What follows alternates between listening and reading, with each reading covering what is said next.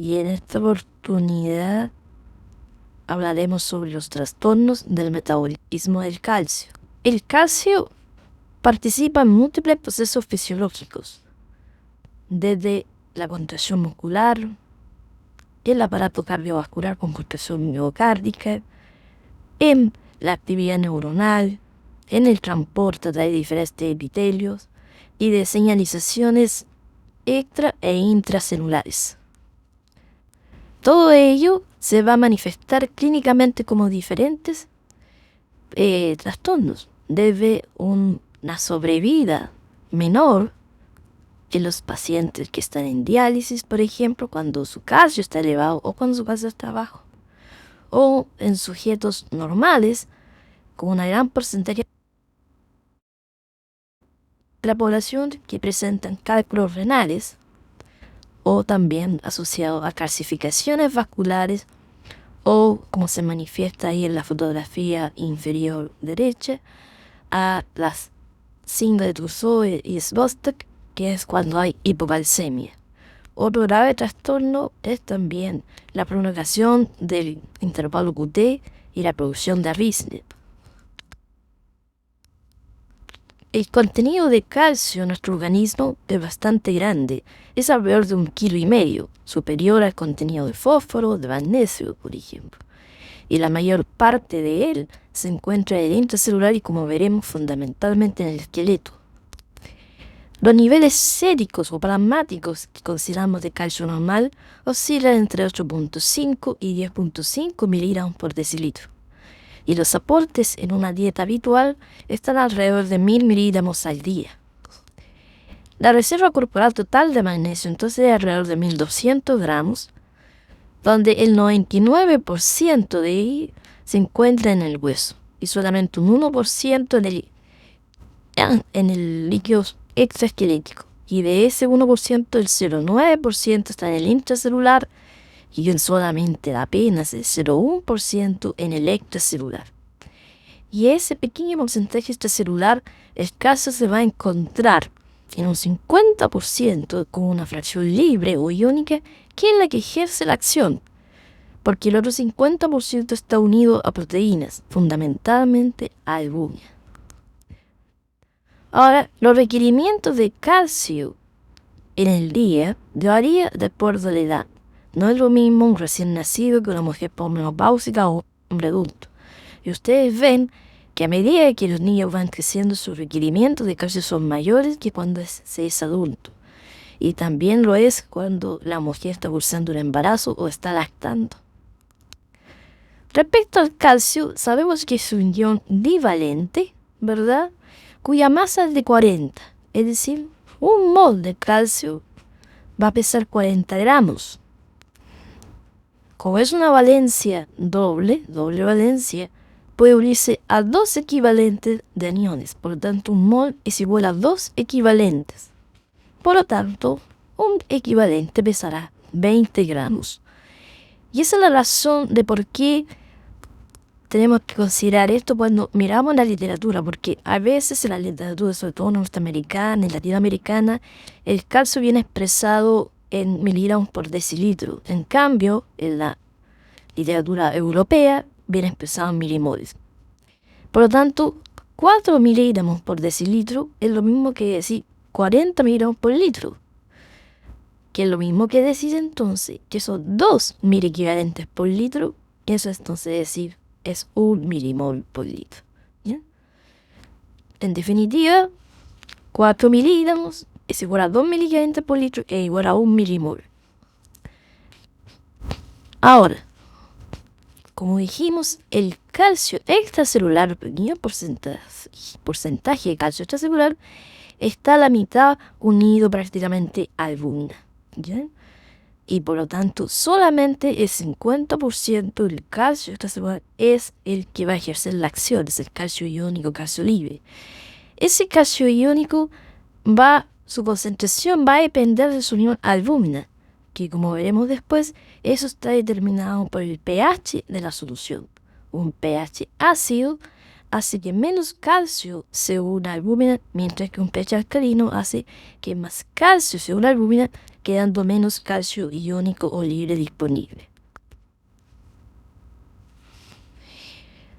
La concentración de calcio extracelular permanece estable gracias a los distintos mecanismos adaptativos que permiten que su concentración no varíe significativamente, puede ejercer su acción. Y el calcio es también absorbido en las células, pero su concentración intracelular es muy diferente a la concentración del calcio extracelular.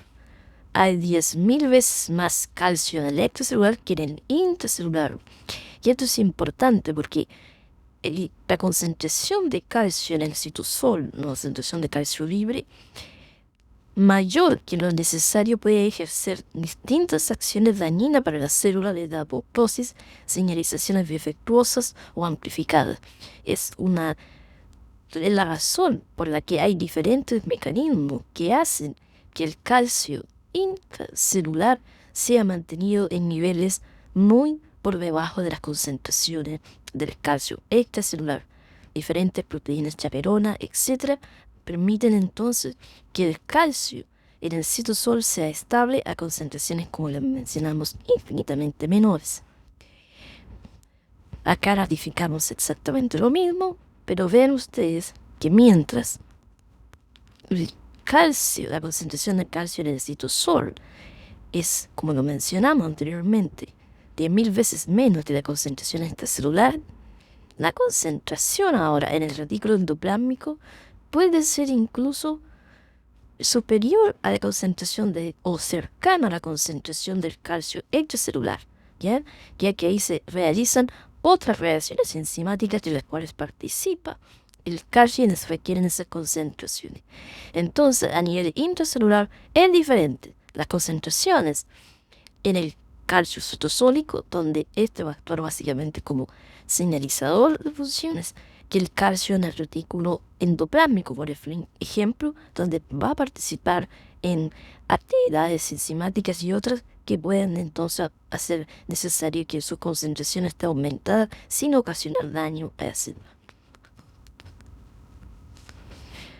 ¿Cómo es el balance de calcio ahora en el organismo? ¿Verdad? Sabemos entonces que el espacio extracelular debe mantenerse una concentración y cantidad de calcio entonces estable. El calcio proviene de la dieta, donde por ejemplo podemos comer 1.000 miligramos al día.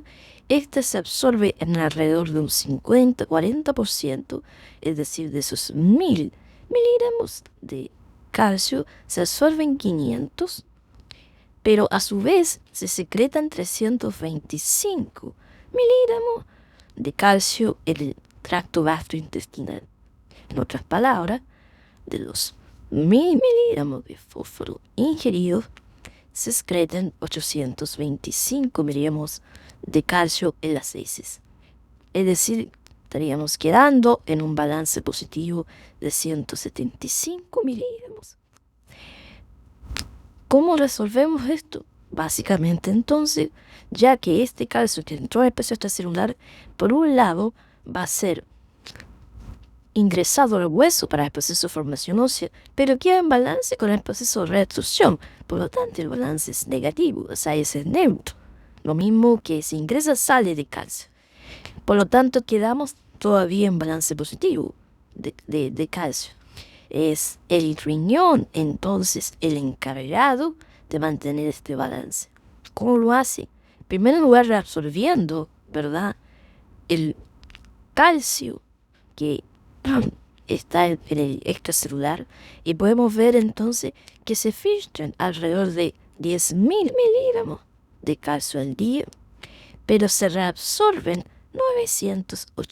825 miligramos. Por lo tanto, son excretados 175 miligramos al día.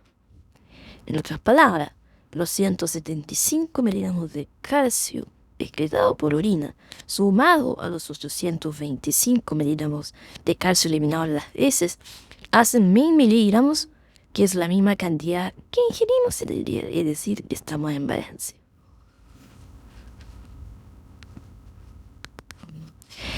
¿Cómo se logra mantener este calcio plasmático normal? Hay diferentes actores, ¿verdad?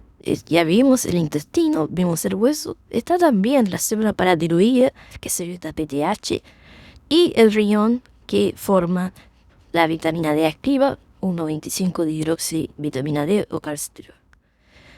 Entonces, por ejemplo, ¿qué hace PTH? PTH, si ustedes ven acá, va a estimular la reabsorción, perdón, la conversión de la 25 hidroxivitamina D en 1,25 dihidroxivitamina D o calcitriol, que a su vez ese calcitriol, entonces, por un lado, va a ir a aumentar la absorción intestinal de calcio y por otro lado va a aumentar la reabsorción de calcio en el hueso, con lo cual aumentamos la concentración de calcio plasmático. ¿Ya? Por otro lado, la PTH disminuye la reabsorción de fósforo en el riñón y el calcio la estimula. ¿Bien? Ahora, el calcio aumenta, por lo tanto, el calcio aumentado inhibe la PTH. ¿Bien? Al inhibir la PTH se restaura todo esto nuevamente y se mantiene en equilibrio. En definitiva, ¿cuáles son los principales reguladores de la homeostasis del calcio sérico? Vimos que son la paratiroides, el hueso, el riñón y el aparato gastrointestinal. Cada uno con receptores para PTH, para la vitamina D y para el sensor de calcio. Discutiremos cada uno por separado.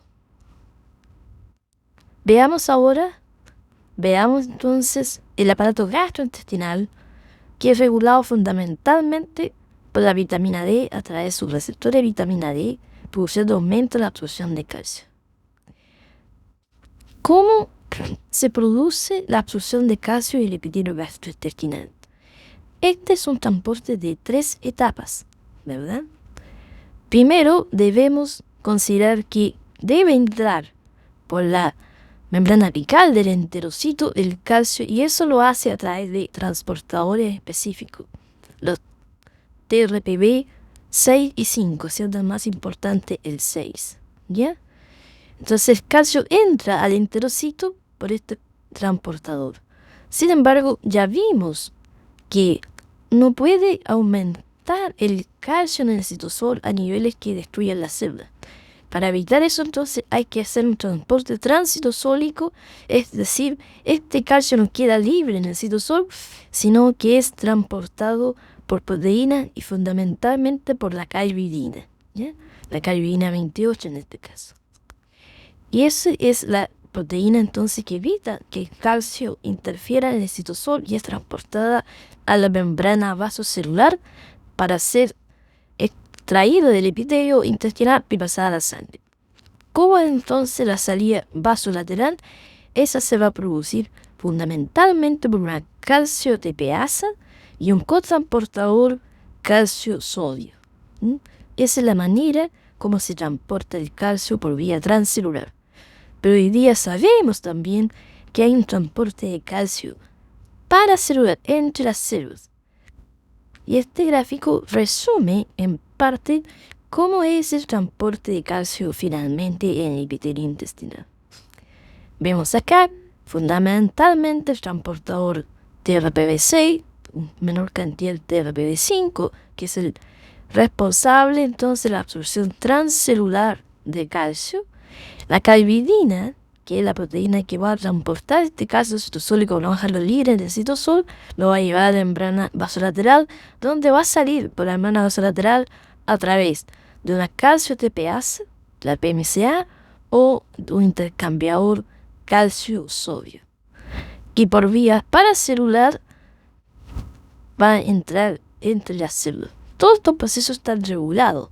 Este proceso intracelular fundamentalmente está regulado por vitamina D, que aumenta la expresión de los transportadores apicales y de los transportadores vasolaterales y de calvidina.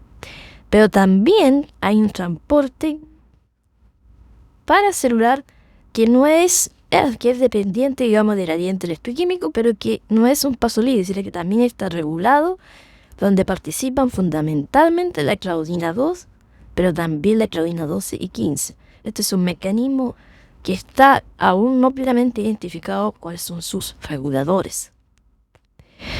Ahora bien, ¿cómo se absorbe el calcio en las diferentes porciones de nuestro intestino? ¿Verdad? Tenemos el estómago, el duodeno, el yeyuno, el ilio, el intestino grueso y el colon recto. En el estómago no se produce absorción de calcio, pero es fundamental para el proceso de absorción el estómago, ya que al producir ácido aumenta la solubilización del calcio y eso permite que el calcio pueda ser absorbido en los tramos que siguen. La importancia de eso está destacado, por ejemplo, en las operaciones bariátricas, ¿ya? Las operaciones bariátricas producen entonces que la vitamina D y el calcio estén disminuidos, sobre todo el calcio está disminuido y lleva entonces a una disminución de la masa ósea o una osteoporosis, tal como se ve en el gráfico a la derecha. Entonces, como le explicaba, el estómago no produce absorción de calcio, pero es indispensable para que pueda ser reabsorbido en los tramos más después del estómago, en el intestino, dado que produce la solubilización de las sales de calcio. El duodeno tiene el número más altos capacidades de flujo para absorber calcio. Sin embargo, solamente se absorbe el 8% de la carga de calcio. El yeyuno tiene menos capacidad absortiva que el duodeno. El duodeno vemos que tiene 3 cruces su flujo, a diferencia del yeyuno que tiene una sola cruz, pero aquí se reabsorbe el 17%. Y es en el ilio, el intestino delgado, que tiene una baja conductancia al calcio, donde se absorbe fundamentalmente el calcio. Entre prácticamente casi el 90% del calcio se absorbe en este tramo, en este segmento, pese a que su conductividad es muy inferior a la del duodeno. ¿Por qué pasa eso? Y lo veremos luego. ¿Por qué tenemos una mayor capacidad de absorción en el intestino delgado que en el duodeno? El colon tiene una conductividad mayor del intestino delgado y absorbe el 15% restante, y el ciego tiene una conductividad similar, incluso superior al duodeno, absorbiendo la parte final. ¿Ya? Entonces, vemos en este gráfico que la conductividad es mucho mayor en el duodeno que en el intestino y también es mayor en el ciego. Si comparamos duodeno, absorbe el 8% de la carga de calcio. El intestino delgado, que tiene una conductividad un 2/3 menor, absorbe el 88%. Eso se debe a lo siguiente: al estacionamiento, a cuánto la estacionalidad, cuánto tiempo permanece el bolo alimentario en cada segmento. Esto está en minutos, en el duodeno está 3 minutos. En cambio, en el ilio está entre 120 y 150 minutos. O sea, por esa razón, aunque tiene una conductancia menor, es la más importante en la regulación de la absorción de calcio, determinado esto por el tiempo en que está el bolo alimentario en ese segmento. ¿Ya? En resumen, el intestino delgado es responsable de prácticamente el 90% de la absorción de calcio total. Los dos mecanismos principales de absorción de calcio son transcelular, que es un mecanismo activo, saturable, donde su participación fundamentalmente los TRPV5 y 6, y que es regulado por vitamina B. En cambio, el paracelular es un mecanismo pasivo, no saturable, depende de la cantidad de la concentración de calcio en el intestino, y esto está determinado por su electropotencialidad, su gradiente electroquímico, y es regulado a través de un mecanismo aún no esclarecido sobre las claudinas, fundamentalmente la claudina 2. Veamos hueso ahora. El hueso es el gran reservorio del calcio en nuestro organismo. 99% del calcio corporal está en el hueso. El hueso, como sabemos, es un tejido dinámico. Está en un proceso continuo de reabsorción para eliminar huesos viejos y en un proceso de formación ósea. ¿ya? Este proceso reabsortivo, que cuando ocurre libera calcio, está determinado por los osteoclastos, pero regulado por los osteoclastos a través de sustancias como el RAN ligando, por ejemplo, ¿ya? Influye también la vitamina D y ciertas citoquinas y la PTH. El gran proceso entonces por el cual vamos a tener reabsorción de hueso, lo cual va a producir liberación.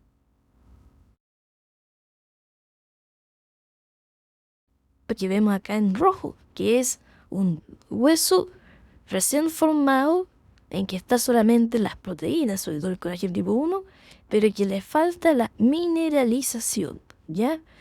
Ese tejido entonces no mineralizado se llama osteoide. ¿Con qué se mineraliza? Fundamentalmente calcio, fósforo, para formar los cristales de hidroxiapatita. Cuando tenemos entonces déficit de calcio, pero también de fósforo, pero fundamentalmente de calcio, lo que tenemos es que el hueso que se ha formado inicialmente, la proteína esta, no se puede mineralizar y tenemos un hueso débil que se deforma y es lo que llamamos raquitismo en los niños o osteomalacia en los adultos. Así, es importante la ventilación del calcio, ¿verdad? A través del proceso de formación y el proceso de reabsorción. La PTH regula ambos procesos en una forma de señalización bien compleja que no la vamos a discutir acá, pero que ustedes conozcan que participa a través de un receptor específico que es el receptor de PTH tipo 1. ¿De qué manera entonces la PTH aumenta el calcio en el plasma? Lo primero son los efectos clásicos de la PTH. Aumenta entonces la PTH la salida de calcio del hueso tal como lo vimos. Por otro lado, aumenta la reabsorción de calcio en el riñón, aumenta la excreción urinaria de fosfato y disminuye entonces el fósforo plasmático, con lo cual hace que se precipite menos fosfato de calcio y aumente el calcio total. Y estimula la producción de calcitriol para que éste aumente la absorción de calcio intestinal. Los efectos óseos de la PTH entonces son aumentar osteoblasto, aumentar osteoclasto, aumentar la formación ósea, la tasa de formación ósea y aumentar la salida de calcio del hueso. Existe un punto de discusión todavía, ¿verdad?, respecto a qué nos referimos y cómo es el mecanismo exacto del gradiente de calcio entre sangre y hueso, el gradiente de fosfato calcio y hueso. El famoso pool intercambiable de calcio óseo, que es instantáneo, que es un pool intercambiable antes de que se produzcan estas acciones estructurales del hueso de reabsorción y formación, es decir, de una cosa en milisegundos, el hueso libera calcio, digamos, al extracelular, aparentemente de este pool intercambiable cuyo mecanismo y origen todavía no es del todo esclarecido. Sabemos además que la acción de la PTH sobre el hueso está disminuida en los pacientes con insuficiencia renal y parece ser esto efecto de los fragmentos de PTH carboxilatos que se acumulan durante la insuficiencia renal.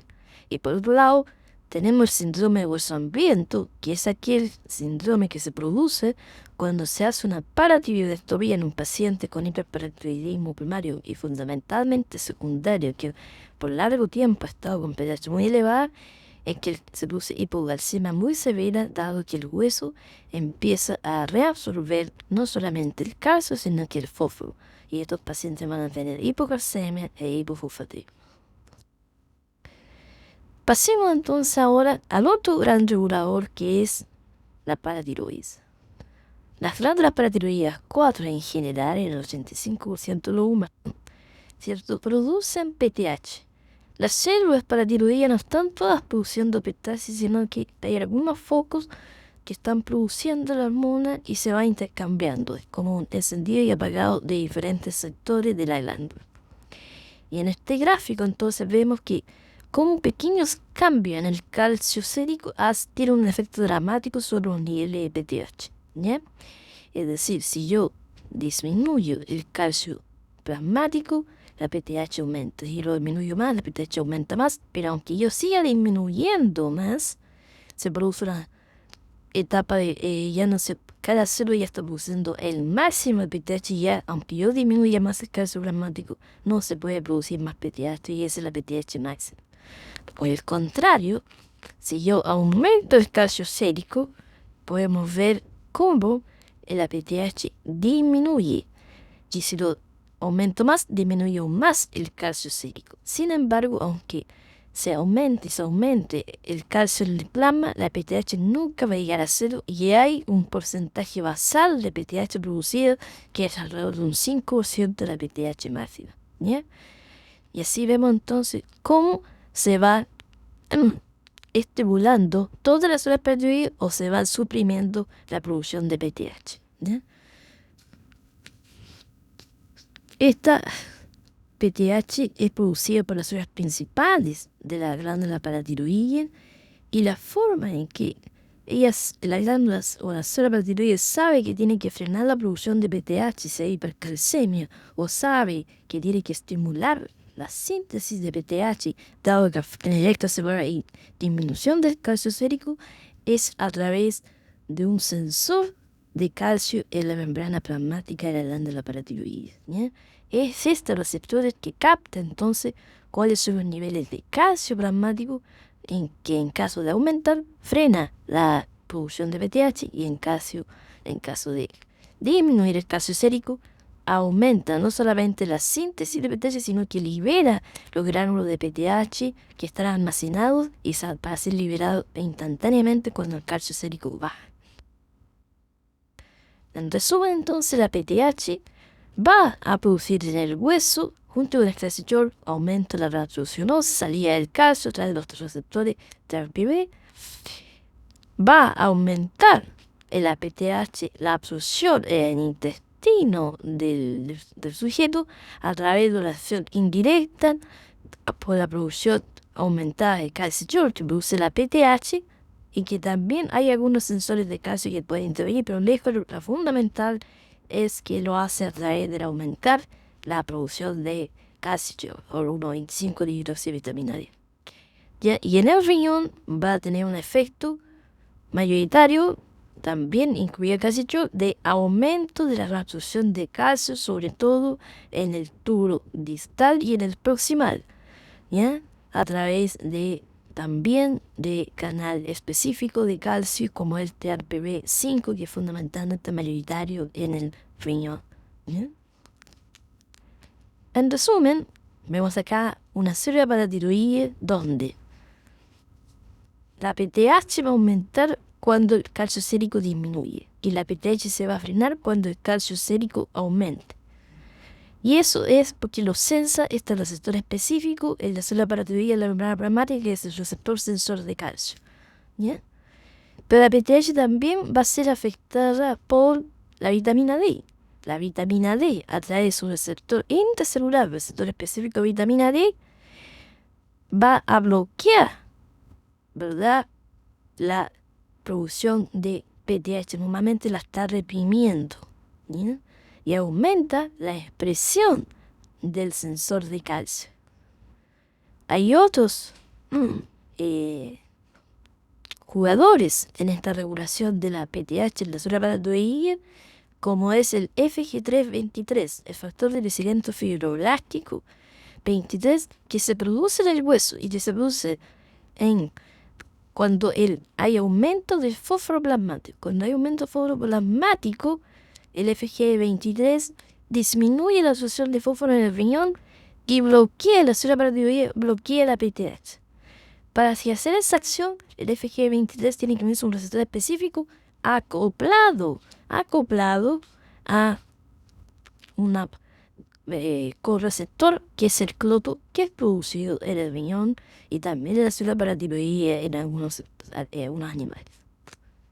En definitiva, la función de la PTH es regular el metabolismo de calcio y fósforo, hidroliza la vitamina D en el riñón y la transforma en la vitamina D activa, la 1,25 dihidroxicoletalciferol, calcium, activa fundamentalmente los osteoclastos para aumentar la raciociniosis y liberar calcio a la circulación, aumenta la reabsorción renal de calcio, aumenta la absorción intestinal de calcio a través fundamentalmente del aumento de la producción de calcio. ¿Bien? La regulación entonces de la hormona paratiroidea por el calcio sérico es una regulación transicional y post-transicional. La PTH va a aumentar la concentración de plasmática de calcio de manera estimulando la reabsorción ósea, aumentando la absorción intestinal de calcio y fósforo, promoviendo la formación intrarenal de la 1,25-dihidroxivitamina B, el calcium, y aumenta la absorción activa en el riñón de calcio. Y en este gráfico se puede ver exactamente lo que acabamos de decir, en una forma ya dibujada, todas las acciones que tiene entonces la PTH actuando sobre su receptor específico, el receptor de PTH tipo 1, en el tubo renal, en el hueso y también en el cartílago, que no, algo que no hayamos visto. ¿Ya?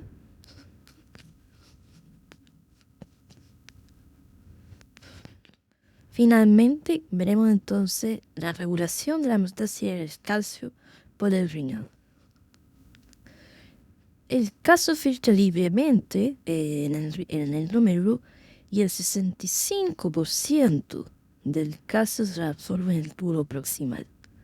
Otro 25% lo hace en la asa ascendente gruesa de Henle y un porcentaje inferior al 10% lo va a hacer en el nefrón distal, considerando el tubo distal y el tubo conector donde se reabsorbe el 8%. Como se ve en este gráfico, la mayor parte del calcio que se reabsorbe en el tubo proximal y en la asa de Henle lo hace por vía paracelular, mientras que en el nefrón distal lo hace por vía transcelular, donde se produce la sintonía fina de cuánto calcio vamos a eliminar. ¿Bien? Y en general la fracción excretada de calcio es alrededor de 1 o 2%. Debemos sí recordar cuáles son los componentes del calcio plasmático total que hemos hablado anteriormente. Lo que es ultrafiltrable es solamente el calcio ionizado, que es alrededor del 45% del calcio que está circulando en el plasma, porque lo que es unido a proteínas es no bicosible, que es el 40%. ¿Ya? Cuando el calcio está unido con precos que son difusibles, estos también entonces son ultrafiltrados.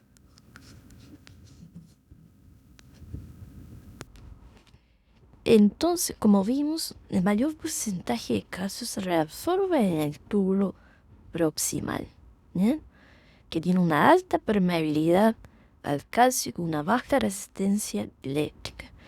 Lejos, la mayor parte de este calcio se va a reabsorber en más de un 80% por vía paracelular. El transporte activo transversal es más potente que en el nefrón distal y aún su mecanismo de absorción no está del todo claro. Pareciera que no es por los transportadores clásicos en la zona apical de los TRPV, pero sí que la salida vasolateral pareciera corresponder a los mismos transportadores que hemos visto en el epitelio gastrointestinal, como también lo veremos en el epitelio distal. ¿Bien? Aquí ustedes pueden ver entonces cómo se reabsorbe el calcio en la célula proximal, donde mayoritariamente más del 80% lo va a hacer por vía paracelular, una vez que está regulada por claudinas, siendo las principales la claudina 2 y también la claudina 12. Si estas participan o no participan en la absorción de magnesio en este segmento aún no es conocido. Sabemos sí que el magnesio, a diferencia del calcio, donde el calcio mayoritariamente es absorbido en el nefrón, en el túbulo proximal, más del 65%, ¿verdad? El magnesio lo hace solamente un 25%, siendo mayoritariamente absorbido el magnesio en la gruesa de Henle. ¿Cómo se distribuye la principal reguladora del transporte paracelular en el tubo proximal, que es la claudina 2? Vemos que ella básicamente está mayormente expresado en los segmentos terminales del túbulo proximal, en el S2 y S3. Ahora, en el asa de Henle se reabsorbe el siguiente mayor porcentaje de calcio, el 20-25% del calcio se va a absorber en el asa gruesa de Henle. Y esto lo va a hacer por vía paracelular. Aquí es muy importante el mecanismo de cómo se favorece la entrada de calcio por la vía paracelular. Recordemos que en la asa de Henle está el gran cotransportador sodio-potasio 2-cloro, en que se reabsorbe un sodio, un potasio 2-cloro, sodio y clorazamido por la membrana vasolateral, pero el potasio va a recircular a través del canal ROMCAP hacia el exterior. Potasio entra y vuelve a salir por el ROMCAP, generando entonces en el lumen tubular un gradiente eléctrico positivo. Ese gradiente eléctrico positivo va a hacer que iones positivos, cationes, como el sodio, calcio y magnesio, sean repelidos y se absorban por vía paracelular. ¿Ya? Esto es un mecanismo que también está regulado, como lo vamos a ver inmediatamente. Ven ustedes acá en este gráfico cómo el tal contraportador, ¿verdad? Sodio, potasio, cloro, que va a mover todo el sistema, haciendo que el potasio salga, el reabsorbido salga por el canal ROMCA hacia el lumen tubular, generando este ambiente positivo que hace que cationes como calcio y magnesio se absorban por vía paracelular. Pero esto está regulado por claudinas, estas membranas de Atatianson, que son reguladores del transporte paracelular. Es decir, aumenta el calcio en la sangre y aumenta entonces el capilar peritubular del riñón. Este calcio aumentado es sensado por un receptor sensor de calcio, que en este segmento está ubicado en la membrana vasolateral. Entonces, este sensor de calcio, ubicado en la membrana vasolateral, sensa que en la sangre hay aumento del calcio sérico. Al activarse este sensor de calcio, inhibe estos microRNA reguladores, por lo tanto esta inhibición de la claudina 14 cesa y aumenta la actividad de la claudina 14, inhibe a la claudina 16 y 19, impidiendo la reabsorción de calcio, provocándose entonces disminución de la reabsorción de calcio, lo cual entonces permite disminuir la hipercalcemia. En este otro gráfico vemos cómo interactúan los dos grandes reguladores, como son el calcio y la PTH. ¿Ya? La PTH, por ejemplo, actúa sobre el segmento vasolateral también de la célula epitelial en el asa gruesa de Henle, acoplando a su receptor específico. Al hacerlo, inactiva la claudina 14. ¿Ya? Inactiva la claudina 14, permitiendo que más calcio se absorba, aumentando la reabsorción de calcio. Pero cuando hay hipercalcemia, la hipercalcemia disminuye entonces la PTH. Por un lado, entonces la PTH deja el curso de su receptor y el calcio aumentado estimula al sensor de calcio, con lo cual estimula, como vimos anteriormente, que aumente la producción de claudina 14, inhibiendo a las claudinas 16 y 19, disminuyendo la absorción de calcio. Ahora, ¿cómo se regula el calcio en el nefrón distal? Consideramos el segmento del túbulo distal y el sistema conector, ¿verdad? Donde se reabsorbe el 10%, 8% del calcio total, pero es lo que va a permitir definir cuánto es el calcio que eliminamos en el día entonces por la orina. Aquí vemos entonces cómo este segmento se divide, el nefrón distal en el segmento 1, 2 y el túbulo conector, sabiendo que la reabsorción de calcio fundamentalmente está en el segmento 2 y en el túbulo conector. En el segmento 1, básicamente lo que se reabsorbe es magnesio. Y esto va a ser no por vía paracelular, sino que por vía transcelular, a través de un transportador apical como el TRPV5 y en menor proporción el TRPV6, y va a salir por la membrana vasolateral, igual que en el epitelio gastrointestinal, por una calcio-TPasa y por un intercambiador sodio-calcio.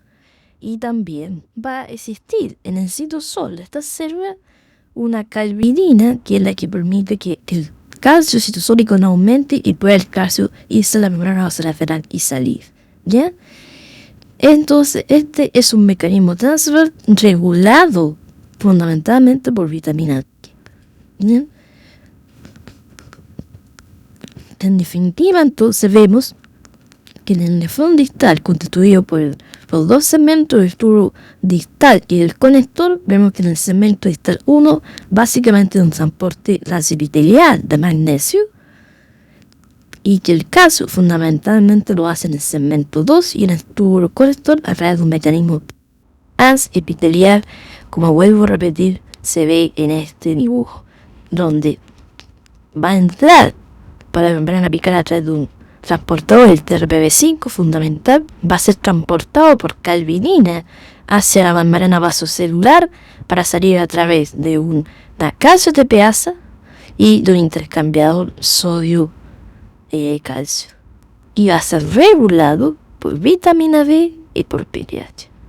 En resumen, vemos que en el riñón entonces, este se reabsorbe en el túbulo proximal fundamentalmente por vía paracelular a través de regulado por la claudina 2 y 12. En el ASAEGL, el transporte es también paracelular, determinado por un gradiente eléctrico que está dado por la reabsorción del cotransportador sodio-potasio-cloro, que hace que el potasio nuevamente salga al exterior por el canal RONCA, produciendo un ambiente positivo, y hace que el calcio entonces entre por vía paracelular, regulada en este caso por las claudinas 16 y 19, y estas a su vez reguladas por la claudina 14. Y que en el nefrón distal, el transporte es fundamentalmente transcelular a través del cotransportador TRPV5 y saliendo por la vía paracelular a través de la calcio TPasa y el intercambiador sodio-calcio. Y su transporte citosólico lo hace a través, al igual que el epitelio gastrointestinal, por calvidina, todos estos regulados por vitamina D y en menor proporción por PTH.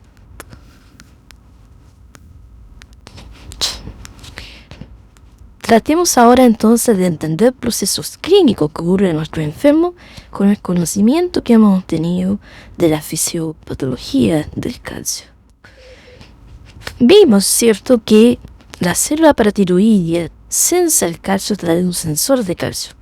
Cuando el calcio sérico aumenta, el sensor de calcio de la célula paratiroidea toma conocimiento de que el calcio está aumentado y frena la secreción de PTH.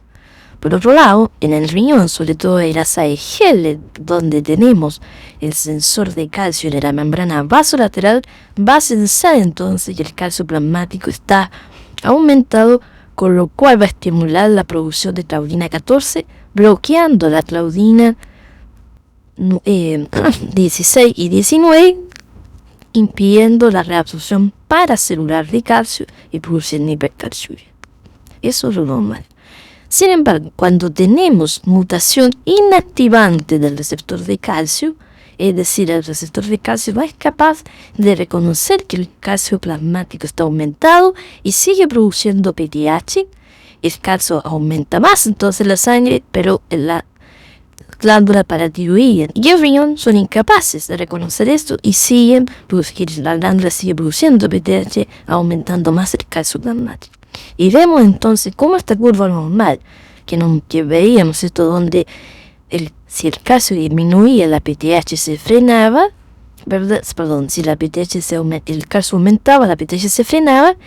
En este caso, en que hay una mutación inactiva, vemos cómo la curva se desplaza hacia la derecha. Es decir, se mantiene esta curva de disociación, ¿verdad?, de la PTH, en el sentido de que a mayor calcio se suprime PTH, a menor calcio se estimula PTH, pero es desviado hacia la derecha, es decir, se requiere más PTH para frenar la glándula paratiroidea que lo normal. Y por eso entonces lo que vamos a observar en estos pacientes, lo que llamamos la hipercalcemia hipocalciúrica familiar. Son una enfermedad genética de características familiares donde se produce hipercalcemia por incapacidad de sensar el calcio del sensor de calcio, Aquí vamos a tener hipercalcemia con aumento de PTH. ¿Cuál es la diferencia que tenemos entonces con el hiperparatiroidismo? Donde también tenemos aumento de PTH y aumento de calcemia. Es que en el hiperparatiroidismo lo que tenemos es aumento de la PTH, aumento del calcio plasmático, pero aumento del calcio urinario, hipercalciuria. En cambio, en esta condición genética lo que tenemos es hipercalcemia, PTH alta, pero tenemos hipocalciuria, debido a que el sensor de calcio no es capaz de frenar la absorción paracelular de calcio en el asa IG. Otra condición clínica que tenemos que conocer, por ejemplo, es que dijimos que el calcio plasmático, el calcio total, la mitad prácticamente está unido a albúmina y solo la mitad está como calcio libre, que es la que ejerce la acción clínica. Y sabemos que por cada gramo de albúmina que disminuye en sangre, el calcio total disminuye en 0,8 miligramos. Entonces, la fórmula clásica para corregir esto ha sido bastante, yo diría, disminuyó su relevancia en los últimos años por su imprecisión. Pero todavía se sigue usando en diferentes campos clínicos para corregir cuánto es el calcio sérico total, considerando cuánto es la albúmina plasmática. Si la albúmina plasmática está baja, vamos a tener un calcio total bajo, lo cual no significa que el calcio iónico esté bajo, sino que simplemente está bajo porque la albúmina está baja y eso es la representación en el calcio total. Entonces tomemos estos tres pacientes. El paciente 1 tiene 9,5, el paciente 2 tiene 9,5 de calcio, son normales, pero el paciente 3 tiene un calcio total de 7,5. Para decir entonces que el paciente 3 tiene, ¿verdad?, una hipocalcemia. Sin embargo, cuando miramos la albúmina de estos enfermos, vemos que el paciente 1 tiene una albúmina de 4, el paciente 2 tiene una albúmina disminuida de 2,0 y el paciente 3 tiene también una albúmina de 2,0.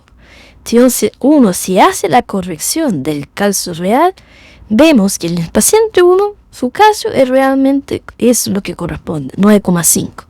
Pero si corregimos en el paciente 2, que aparentaba tener un calcio normal, en realidad tiene realmente una hipercalcemia con un calcio corregido de 11,6.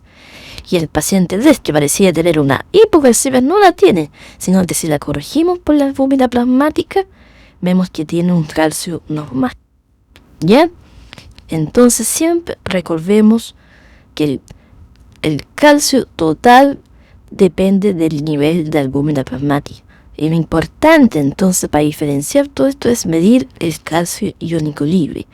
Y el calcio iónico libre va a depender también del pH sanguíneo.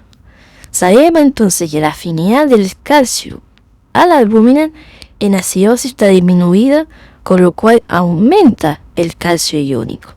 En cambio, en la esclerosis metabólica, la afinidad a la albúmina por parte del calcio está aumentada, es disminuyendo del calcio iónico. ¿Bien? Entonces, en caso de acidosis, vamos a tener más calcio iónico libre. En caso de esclerosis, vamos a tener disminución del calcio iónico libre. Tomemos este ejemplo clásico.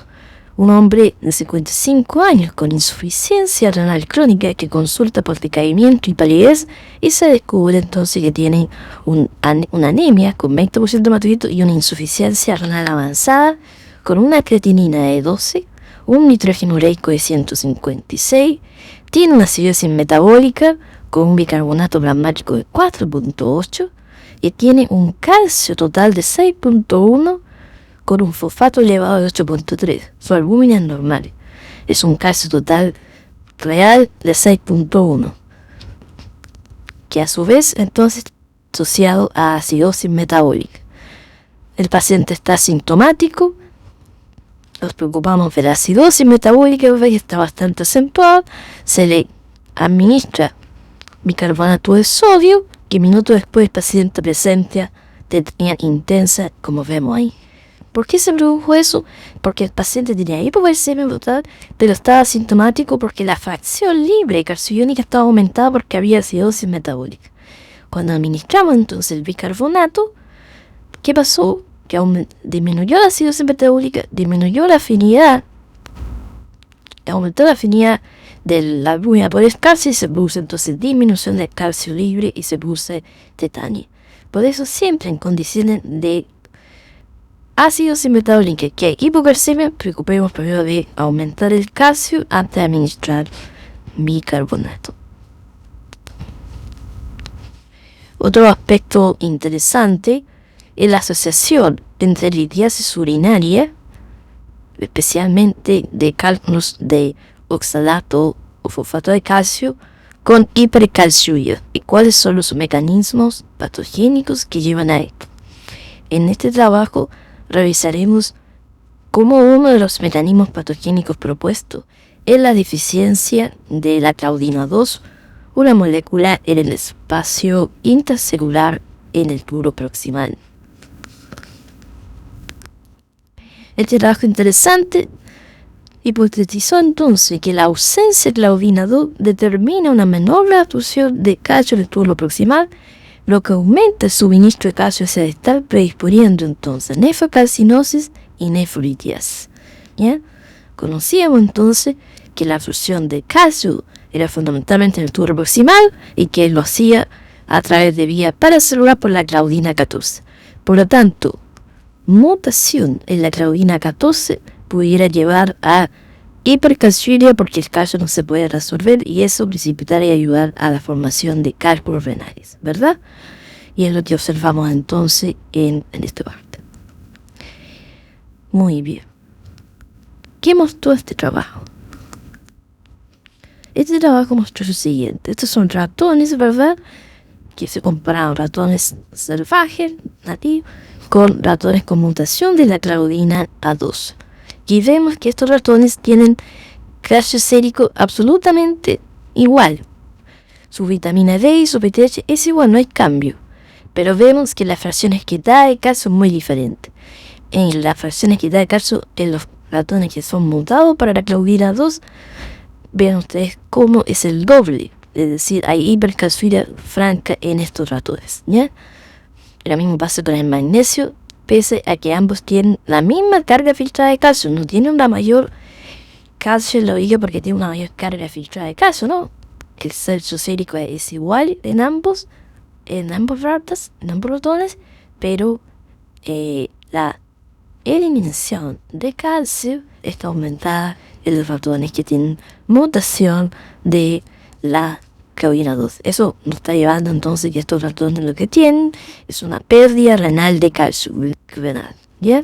Y que la hipercalciuria secundaria se debe a un transporte cerebral de calcio alterado a nivel del túbulo proximal, que es debido entonces a la déficit o mutación de la claudina 2, que va a llevar a hipercalciuria, nefrocalcinosis y litiasis renal. Otra condición clínica que nosotros debemos entender es la poliuria que se observa en estados de hipercalcemia. Los pacientes que tienen hipercalcemia, una de las condiciones clínicas que tienen es poliuria aumentada y que a eso se asocia entonces incluso a hipovolemia, lo que aumenta más la hipercalcemia. ¿Qué debemos conocer nosotros en el sector del túbulo colector? Sabíamos que en la asa de Henle existe sensor de calcio para determinar cuál es el calcio plasmático, porque el sensor de calcio está en la membrana vasolateral, sensando el calcio en el capilar. En cambio, en el túbulo colector existe un sensor de calcio, pero en la membrana apical, es decir, que está sensando cuánto es el contenido de calcio en el lumen tubular. Y veamos entonces sodio, ni la excreción de potasio ni sodio. ¿Bien? Entonces, volvemos al punto en que vemos cuáles son los parámetros que tienen estos animales. Y aquí si vemos los diferentes parámetros, vemos que los animales mutados para el transportador de calcio nefrondistal, el TRPV5, tienen mayor excreción de calcio. Vean ustedes la diferencia tremenda que hay entre la eliminación de calcio urinario. Tienen un calcio en la sangre, que es igual, no tienen cambios en el calcio sérico. Nuevamente, esto no es producto de un aumento del calcio urinario por aumento de la cantidad filtrada. Logra el organismo adaptarse a esta pérdida de calcio, manteniendo el calcio sérico normal, porque lo fundamental es que el calcio sérico esté normal. ¿Ya? Y vemos también que el fosfato aumenta, vemos también que el volumen urinario, es decir, el volumen de orina, se duplica, más que duplica en estos ratones, que es la poliuria que observamos en los humanos, y vemos que el pH disminuye ostensiblemente, un pH de 7,4 se baja a 5,5, una orina más ácida. ¿Ya? Esas son normalmente entonces lo que está ocurriendo en estos animales. No, es básicamente la acidez titulable, no el amonio. Ya el amonio se mantiene exactamente igual, sino que la acidez titulable porque aumenta el contenido de fósforo que se elimina del río. ¿Bien? Entonces las dos consecuencias de tener hipercalciuria en estos animales es tener que a medida que aumenta el calcio en la orina, aumenta el volumen urinario, poliuria. Y a medida que aumenta el calcio en la orina, tenemos acidosis en la orina. ¿Por qué pasa esto? Y aquí está el mecanismo. Cuando hay entonces aumento de calcio en el lumen del túbulo colector, el sensor de calcio que está en la membrana apical sensa que hay un calcio aumentado y bloquea la aquaporina 2. Se disminuye entonces la expresión de aquaporina 2, ¿verdad? Que en este caso, aquí está alto el calcio, el sensor de calcio captura que hay aumento del calcio y bloquea la instalación de aquaporina 2 en la membrana apical, con lo cual se produce poliuria. ¿Cuál es el sentido de esto? De diluir el contenido de calcio en el lumen tubular para evitar precipitación. ¿Y qué más produce? Aumento de la hidrogenina TPasa. ¿Para qué la estimulan? Para provocar acidosis en el lumen tubular, con lo cual aumenta la solubilidad del calcio, con el objetivo también entonces de evitar la precipitación del calcio. Son mecanismos adaptativos entonces que están determinados para disminuir la precipitación de calcio en el lumen tubular.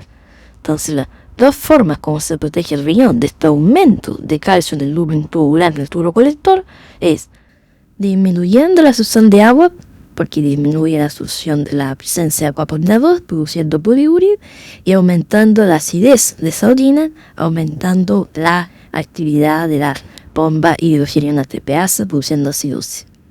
La dilución de la orina por esta poliuria y la acidez de la orina, ambos son mecanismos que van tendientes entonces a disminuir la posibilidad de que se precipite calcio en el lumen tubular. Otro aspecto clínico que también me interesa comentar es esto. Esto es un trabajo clásico, digamos, de individuos que tienen litiasis urinaria por calcio. ¿Ya? Ustedes ven acá cómo en el lado izquierdo tenemos los episodios de cólicos renales en estos pacientes que tienen litiasis de calcio con hipercalciuria renal. ¿Ah? Esto es pacientes entonces que son litiásicos por hipercalciuria idiopática y que tienen numerosos episodios de cólico. Pero cuando damos tiazida, que es uno de los mecanismos, unos tratamientos que usamos, el gran tratamiento que usamos para enfermos con litiasis por calcio y que tienen hipercalciuria idiopática, es decir, una extinción de calcio urinario mayor de 250 miligramos en 24 horas, le damos tiazida. Y ustedes ven cómo disminuye los episodios de cólicos renales. Esa es un trabajo clásico, digamos. ¿Cómo entendemos este mecanismo de las tiazidas? Que no es tan fácil de entender. Las tiazidas están actuando en el túbulo distal. Túbulo distal donde dijimos que se produce la absorción del 10% del calcio filtrado, ¿verdad? Y el teléfono distal tiene diferentes segmentos que absorben calcio, pero que también absorben magnesio. ¿Ya? Lo vimos en esta gráfica.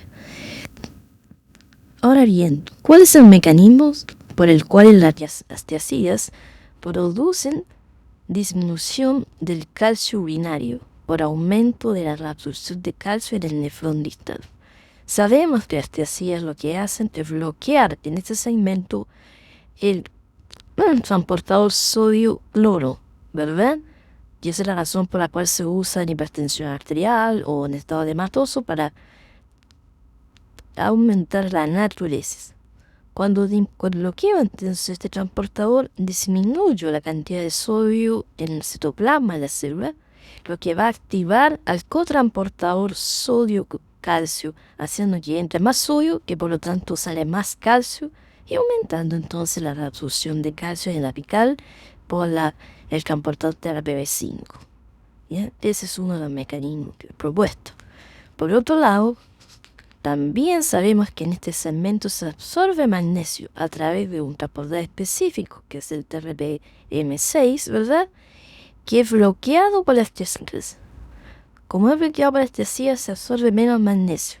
Normalmente el magnesio está suprimiendo el TRPV5. Entonces cuando hay menos magnesio intracelular, hay mayor actividad del TRPV5 absorbiéndose más calcio. Eso fue uno de los mecanismos propuestos, ya de por qué las esteasías producen hipocalciuria, disminuyen el calcio en la orina. ¿Sí?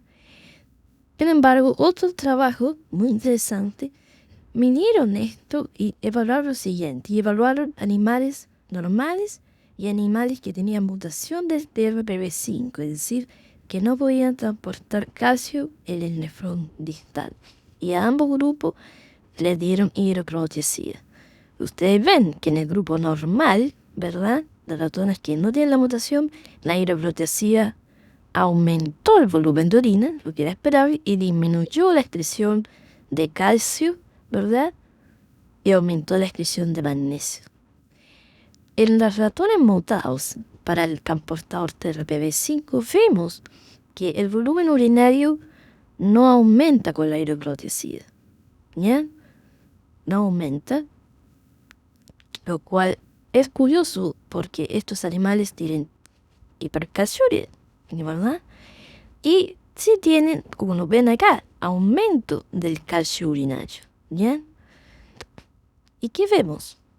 Vemos que la excreción de calcio en el grupo mutado, o sea, perdón, en el grupo normal, disminuye con la presencia de hidroproteasida, pero también lo hace en el grupo que no tiene TRPV5. O sea, la esteasía, pese a que no existe el transportador TRPV5, también disminuye la excreción de calcio urinario, lo cual contradice todo lo que hablamos anteriormente.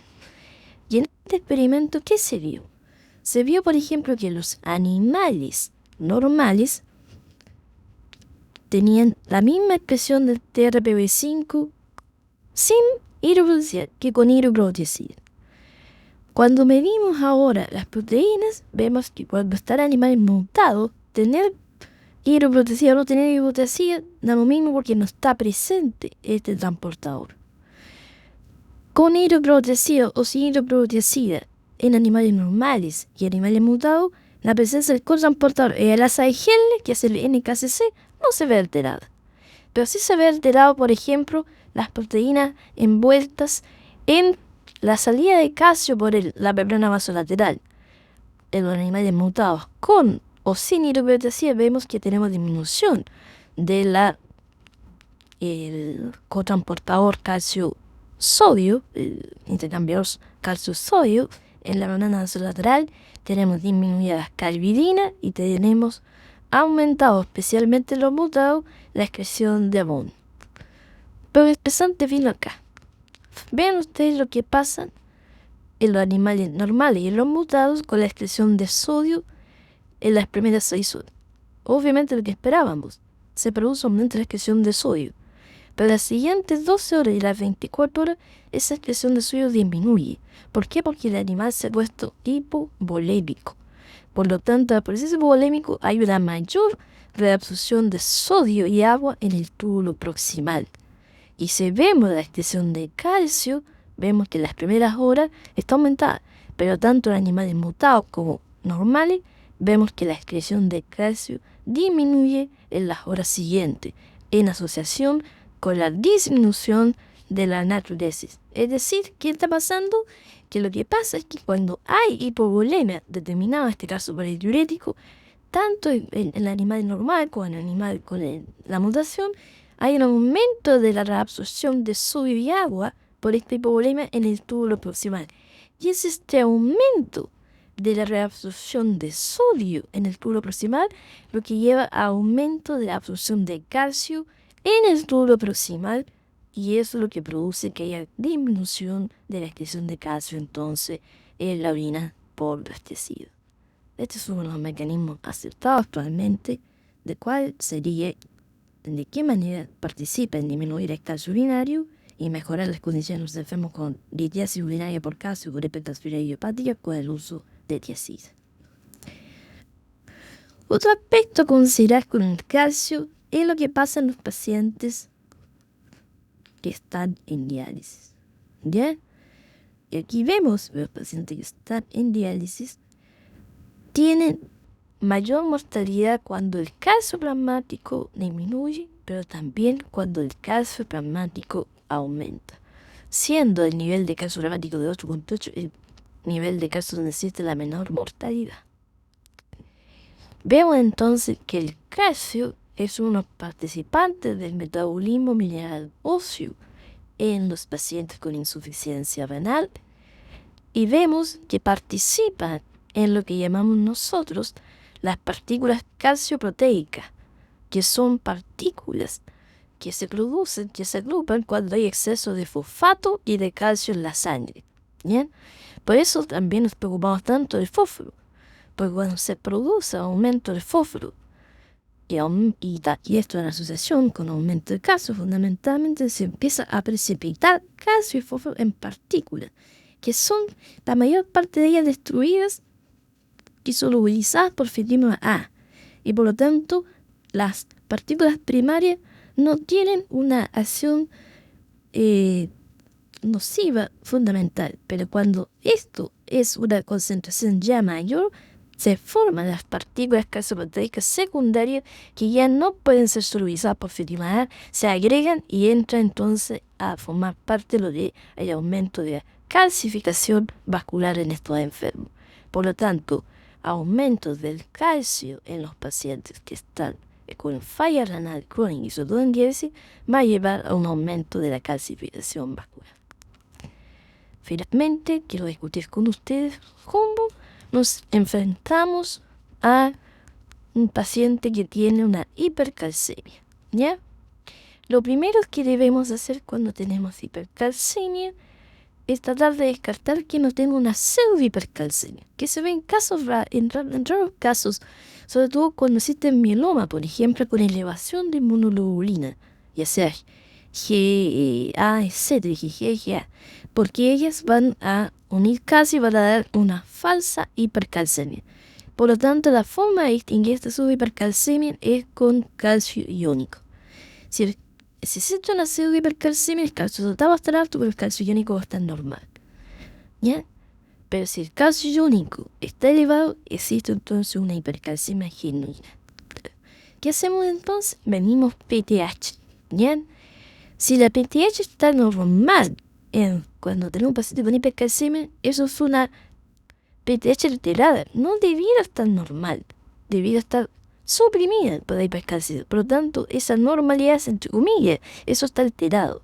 Y más de todo si existe una PTH elevada en presencia de hipercalcemia. Por lo tanto, ahí lo que tenemos es un hiperparathyroidismo primario o un hiperparathyroidismo secundario o terciario, o tenemos la hipercalcemia hipocalciúrica familiar que vimos anteriormente, o una intoxicación por litio. Ahora, si en presencia de hipercalcemia la PTH está baja, está suprimida, quiere decir que esa hipercalcemia no es mediada por PTH.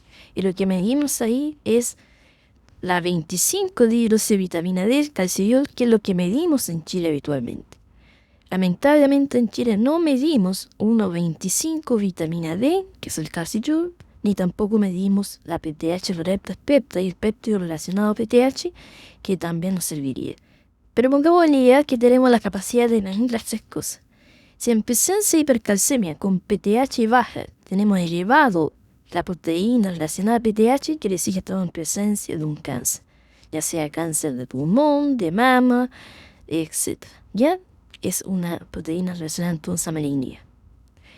Si lo que tenemos es una hipercalcemia con baja PTH pero con alto contenido de calcitriol, significa que tenemos una enfermedad granulomatosa. Sabemos que en enfermedad granulomatosa, donde hay gran actividad de los macrófagos, de los monocitos, los macrófagos y los monocitos tienen alfa-1 hidroxilasa y pueden fabricar entonces calcitriol extrarrenal, ¿ya?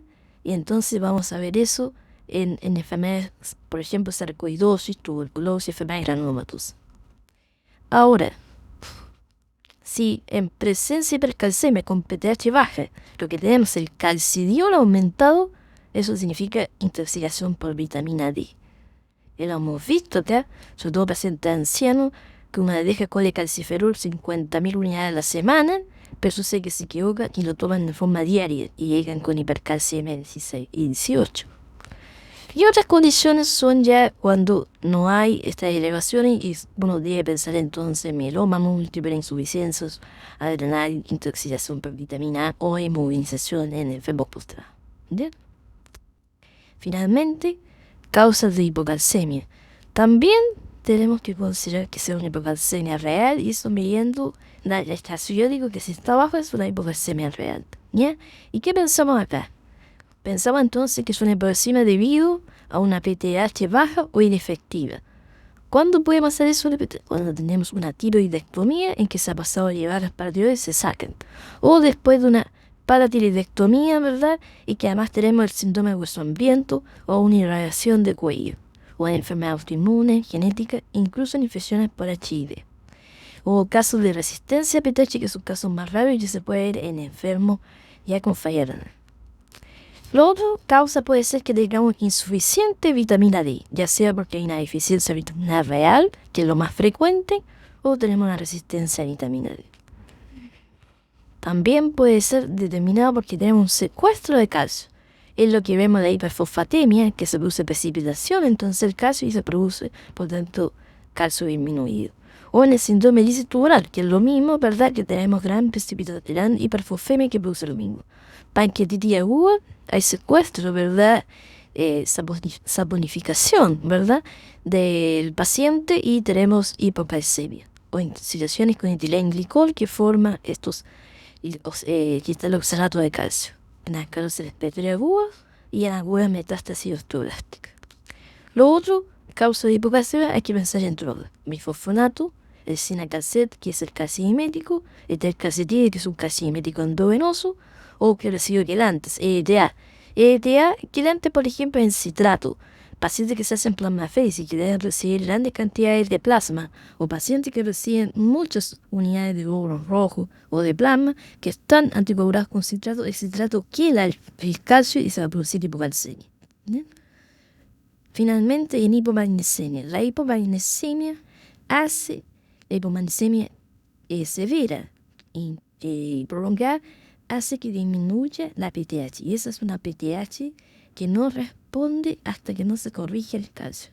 Entonces son hipocalcemia que se corrigen cuando corregimos la hipomagnesemia, en que se estimula la PTH y se logra corregir la hipocalcemia. Es lo que quería conversar con ustedes. Agradezco su atención y cualquier duda, por favor, comunicarse conmigo. Gracias.